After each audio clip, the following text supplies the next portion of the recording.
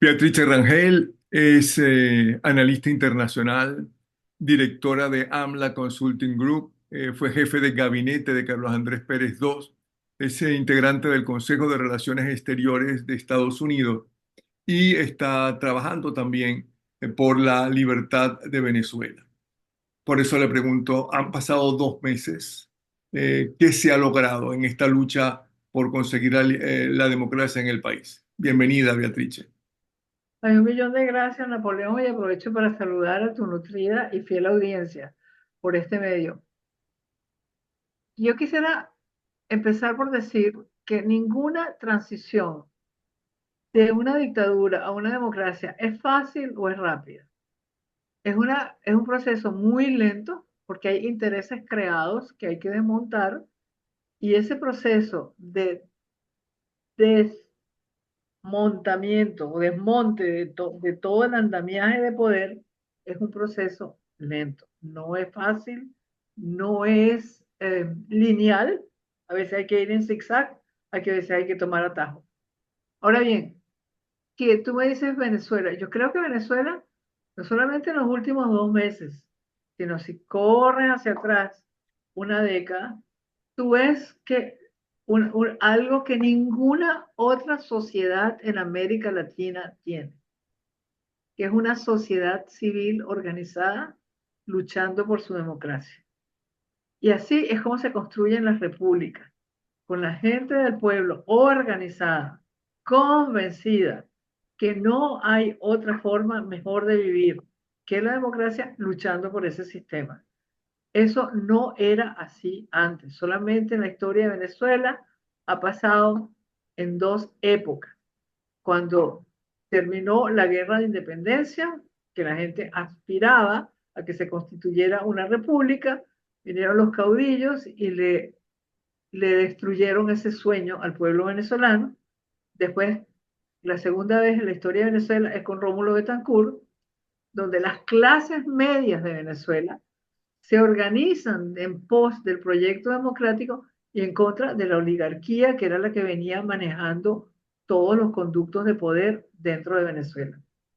Ahora este es un proceso todavía más perfecto desde mi punto de vista, porque es una sociedad civil que no solamente se organiza, sino que escoge un líder y además sigue por los cauces democráticos. Porque sociedades civiles que se han ido por el camino de la violencia, hay muchas en la historia. Pero la violencia al final lo que trae es violencia.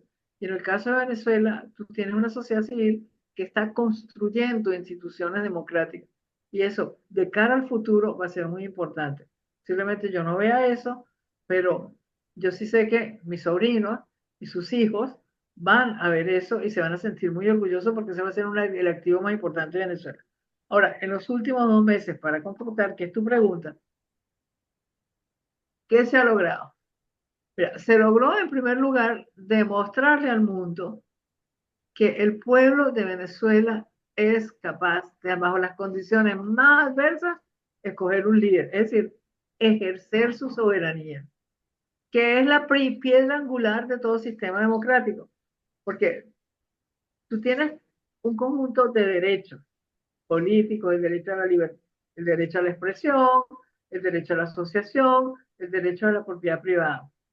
Pero la piedra angular que da origen a todos esos derechos es el derecho a la autodeterminación. Y Venezuela ejerció su derecho a la autodeterminación de una manera cívica y organizándose contra los más espantosos contratiempos. Le cerraban las calles, le mandaban a la policía, mandaban a los colectivos, les negaban a los candidatos que no tenían una tan cordial con el gobierno, que pudieran viajar en avión, que pudieran usar cierto transporte, que se pudieran alojar en cualquier hotel o en cualquier posada. Contra todos esos obstáculos, hicieron una campaña electoral, la gente salió y votó, y fue una votación masiva, clara y estentoria. Entonces, eso es un logro inmenso.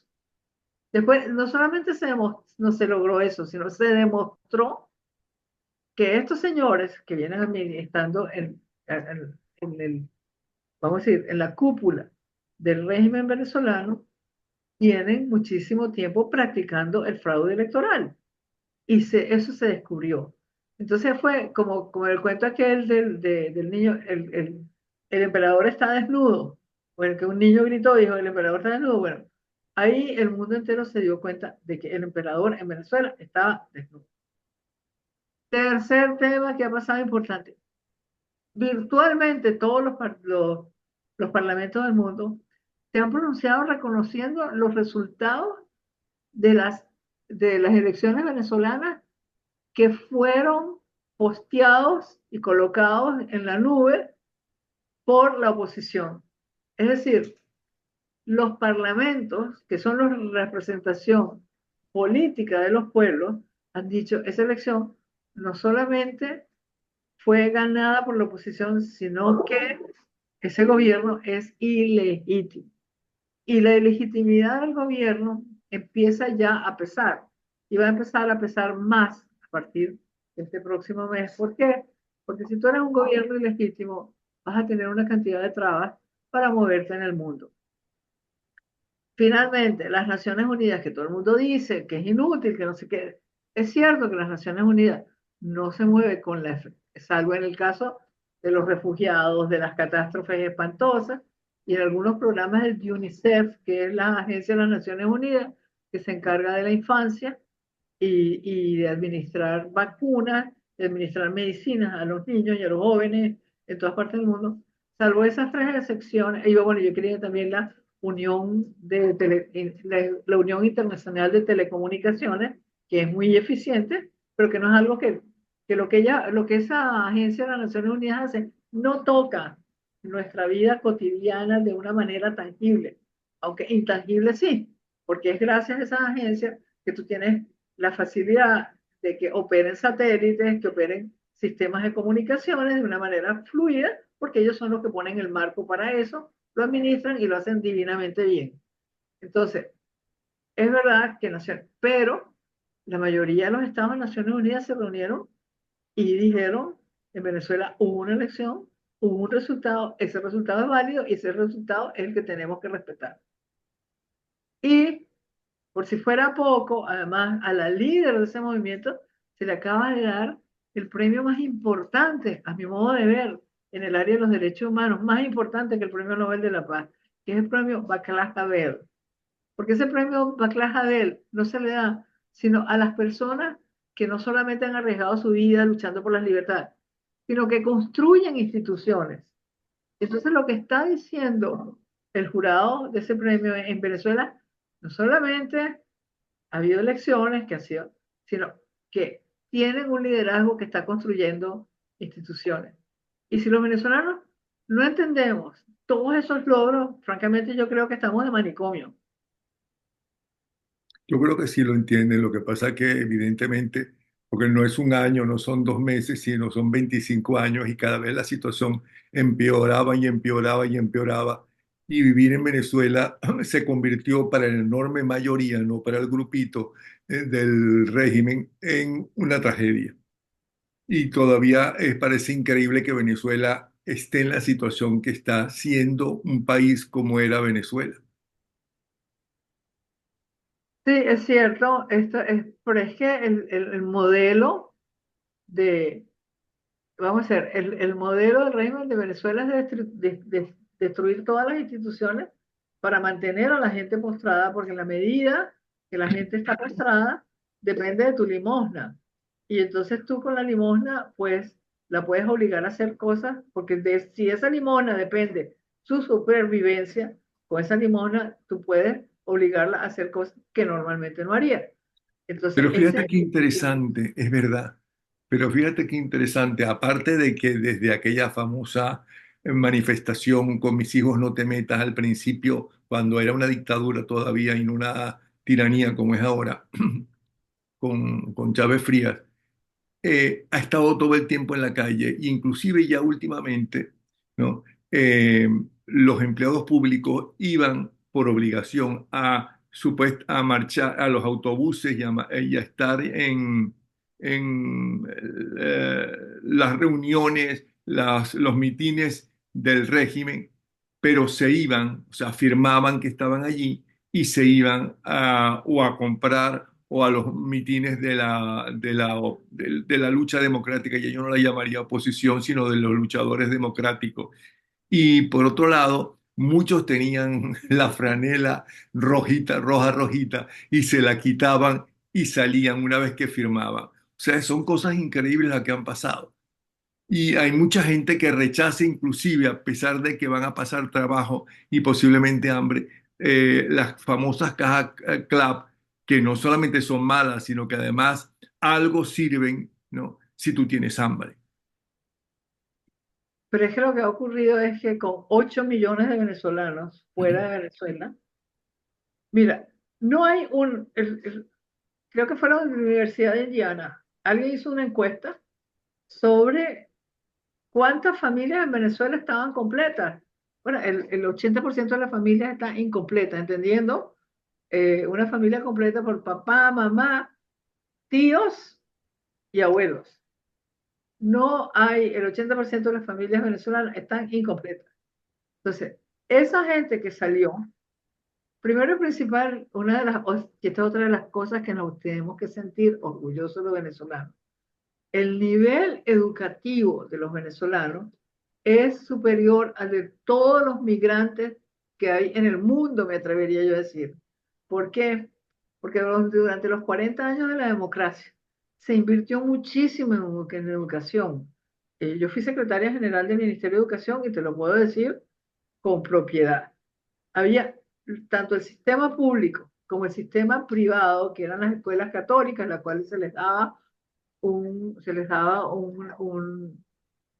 subsidio para que operaran las escuelas, y ahí estaban las escuelas de Feria de Alegría, las escuelas salesianas, este, todo ese andamiaje educativo que se montó Hay alegría. se tradujo al camino de los años con una fuerza de trabajo mucho más educada que la del resto de los países de América Latina. Después, el programa Gran Mariscal de Ayacucho, que fue un programa de formación de recursos humanos inédito en la historia de la humanidad, donde un Estado decide crear capital humano y lo crea. Entonces, esa gente que vino en el programa ¿No? Y Gran las Mariscal. orquestas y las famosas orquestas que han dado la vuelta al mundo. Bueno, pero es que eso no hubiera sido posible sin el programa Gran Mariscal de Ayacucho, Mm. porque los músicos que vinieron a dirigir el sistema eran músicos formados en el exterior. Y entonces, ese programa de formación de capital humano es lo que refuerza el crecimiento de una clase media vigorosa. Venezuela tenía una cosa que no tenía ningún otro país de América Latina: el 30% de su población era clase media. Eso no lo tenía ningún país de América Latina. Y por ello, Venezuela tenía un índice de crecimiento, o sea, una tasa de crecimiento que estaba, sí, alonada por el petróleo, pero el otro era el consumo de esa creciente clase media venezolana. Ahora, esa clase media se fue casi toda del país y está en el exterior. Y en el exterior, ¿qué es lo que ha hecho? Lo mismo, ganarse su dinero de una manera, y en algunos casos hasta bastante innovadora. Yo conozco mucha gente que han mejorado infinitamente todo el sistema de gestión de los condominios en Florida, gracias a sus conocimientos gerenciales, porque eran, er- en Venezuela eran gerentes y se vinieron acá y terminaron teniendo que ser ayudantes de un gerente de un edificio. Entonces, esa gente no solamente vino a innovar acá, sino que además y, eh, y a su familia que está allá le manda $20, le manda $10, le manda más $100, le manda $500, le manda lo que puede.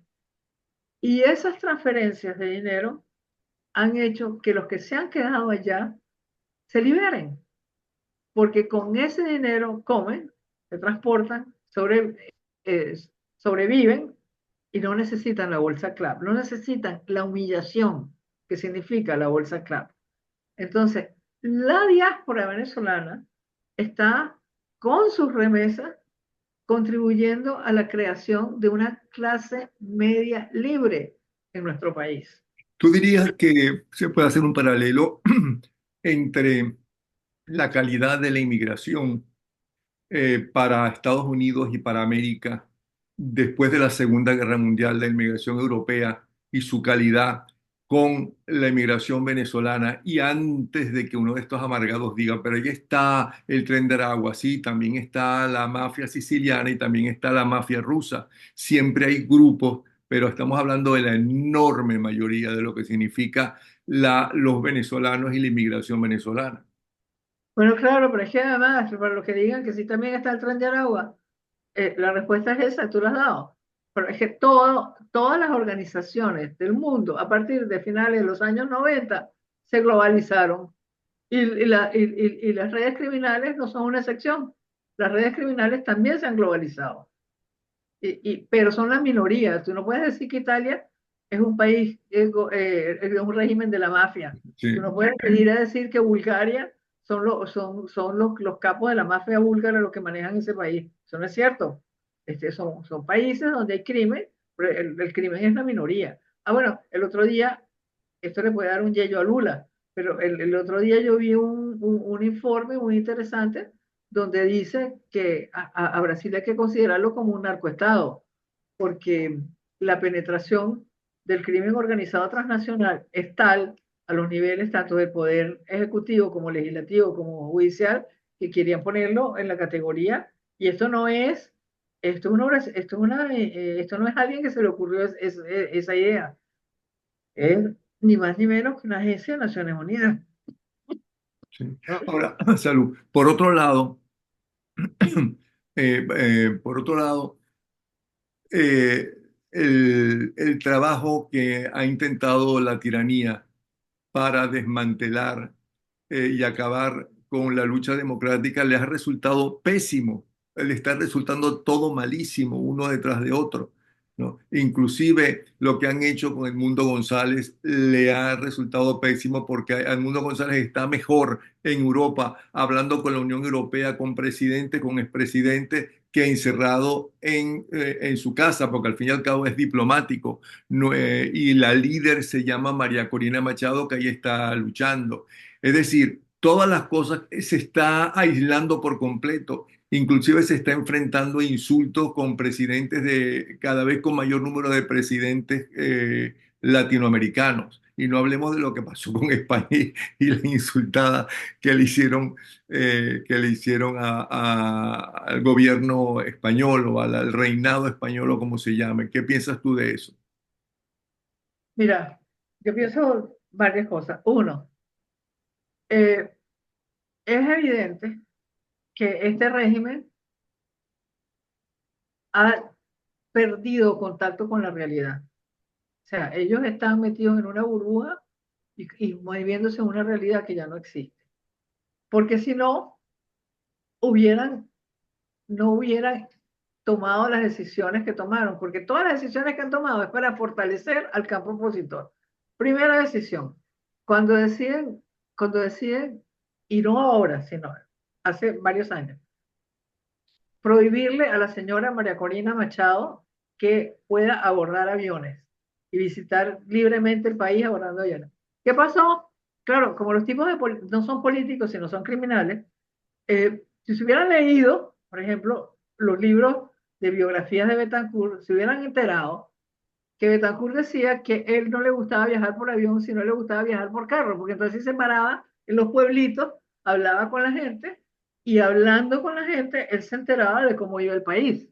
Y eso a él le creaba un diálogo con el pueblo que reforzaba la democracia. La gente se sentía identificada con Rómulo Betancourt, que no era muy bueno, por cierto, en los mítines por la forma como hablaba, ¿no?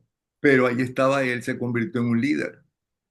Entonces, hicieron, con esa decisión, lo que hicieron fue darle a ella la tesitura de líder de los venezolanos que no tenía absolutamente nadie.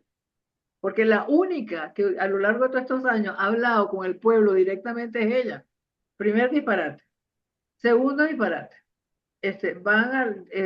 vienen las primarias, no sé qué más, la señora gana, la inhabilitan. Ponen a Corina Lloris. Tampoco le inhabilitan a la señora, sin decirlo, bueno, no pasaba el nombre por el sistema, no se puso a inscribir, pasa el nombre del mundo por el sistema, se inscribe, se montan. Ellos pensaban que al permitir la inscripción del mundo, la oposición se iba a dividir porque hay gente que no lo iba a apoyar. Resulta que no. La oposición realmente democrática se montó en, ese, en esa plataforma y esa fue la plataforma a través de la cual transitaron todo el proceso electoral. Y previamente creyeron que si no permitían que María Corina Machado fuera candidata, con eso le iban a dar el más duro golpe a la oposición que ya no tenía dirigente. ¿Es verdad? Entonces, exactamente. Y entonces, después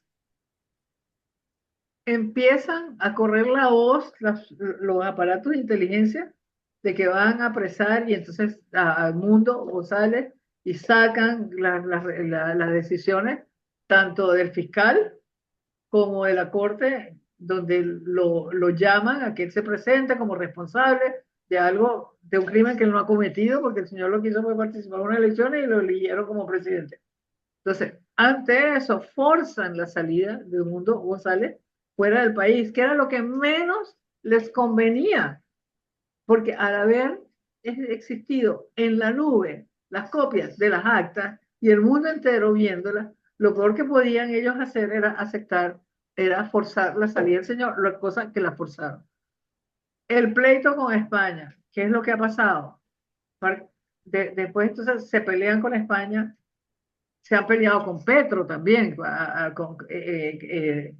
con Lula menos, porque Lula ya decidió, ni siquiera les habla, no menciona Venezuela, se acabó Venezuela, desapareció Venezuela.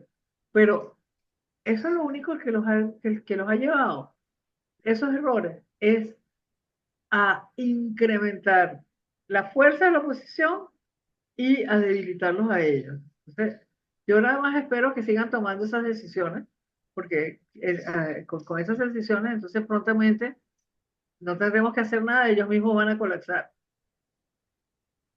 O sea, y un régimen como este, que no es de políticos, sino son de delincuentes, ni siquiera más allá que ladrones, asesinos, apoyados solamente por gente como los dos grupos terroristas colombianos, como Rusia, como Irán.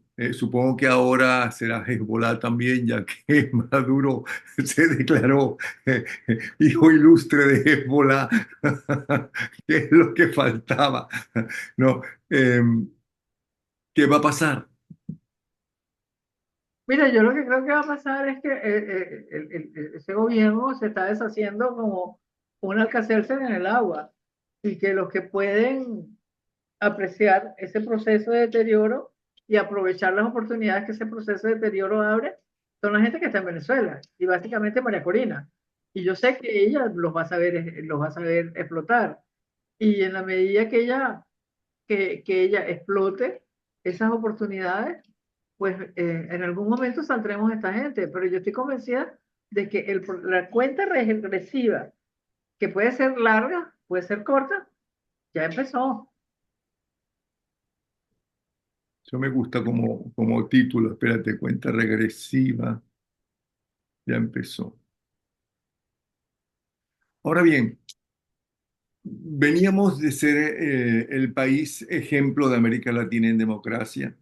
Veníamos de recibir a todas las naciones, unas, las del sur, cuando tuvieron sus dictaduras terribles, ¿no? Y con los brazos abiertos, inclusive ofreciéndole a muchos de ellos entrar, por ejemplo, a las universidades sin los papeles necesarios con los cuales tenían que entrar también los venezolanos, porque supuestamente venían corriendo del régimen tratando de salvarse.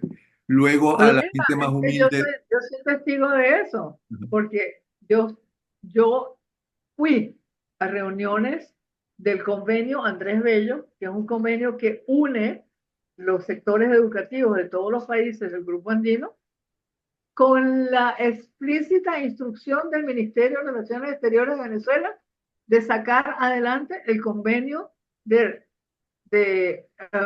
homogenización de los títulos universitarios y los títulos de bachillerato para poder tener un proceso igual en todos los países para poder recibir bien a la gente que nos estaba viniendo, poder saber qué era lo primero que les tenías que exigir, cómo tenía que apostillar los documentos.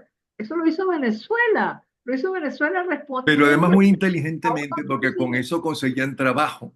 Igual que hicieron cuando, por cierto, que fue creo que Carlos Andrés Pérez, con la enorme cantidad de indocumentados que hicieron, bueno, vamos a legalizarlos, vamos a darle una seguridad, si sabemos quiénes son, dónde están, qué hacen, que no entiendo por qué eso no lo hacen aquí en los Estados Unidos. Es la única forma, ¿no?, de poder controlar, saber quién es quién, dónde está cada quien.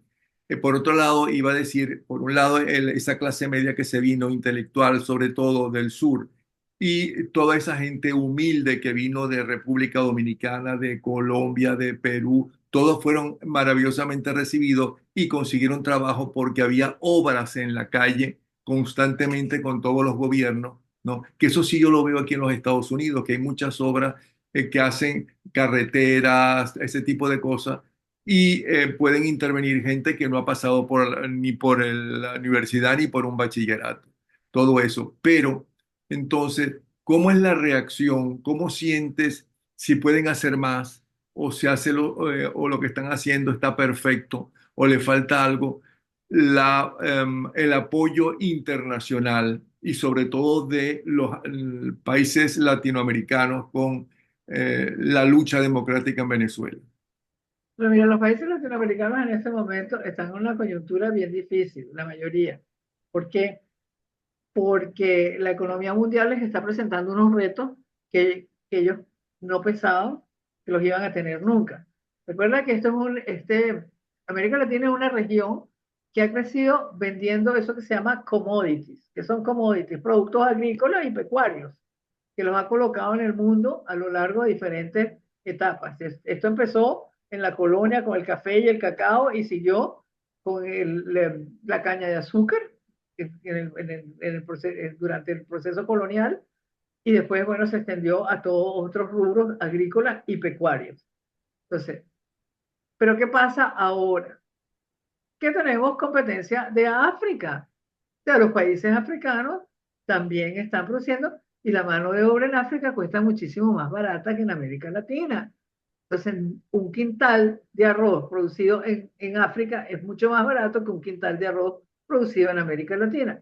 Porque además nosotros hemos vivido de la exportación de commodities, pero sin hacer innovaciones al campo. Porque, contrario a Estados Unidos, que también inició su desarrollo siendo un país agrícola, finales del siglo XIX, comienzo del siglo XX, los Estados Unidos inundó literalmente el sector agrícola con innovaciones tecnológicas y lograron dos cosas. Una, quintuplicar la producción por hectárea. O sea, 5 veces se aumentó la producción por hectárea y se redujo en un 40% la necesidad de mano de obra, porque vinieron los tractores, vinieron todos aquellos vehículos que hacían los trabajos que normalmente se hacían con cuadrillas de trabajadores.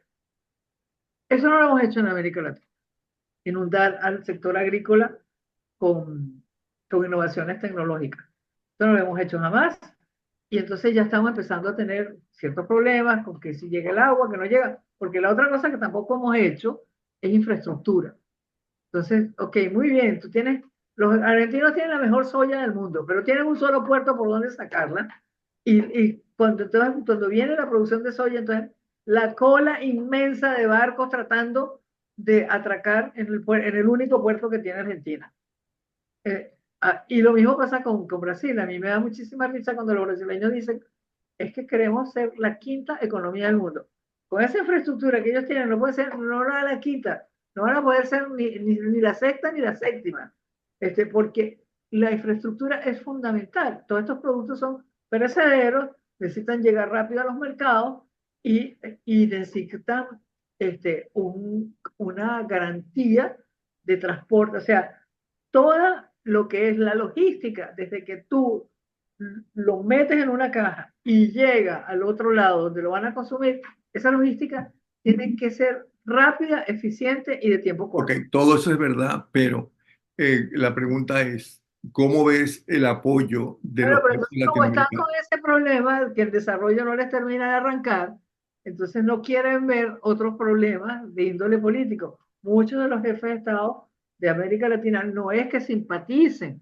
Ahí hay dos problemas graves. Uno, ese que te estoy escribiendo, que es el problema del desarrollo, ¿cómo hago yo para romper este circuito de subdesarrollo y garantizar que mi clase media me empiece a crecer con las exportaciones agrícolas que puedan ser competitivas? Eso es uno. Pero el segundo problema, y a mi modo de ver igual de importante, es que los países de América Latina le tienen miedo a este régimen porque este es un régimen criminal. Los ejemplos de la intervención negativa o criminal del régimen de Venezuela abundan. En Chile se tiraron al mar la soberanía y fueron y mataron a un señor porque era un opositor.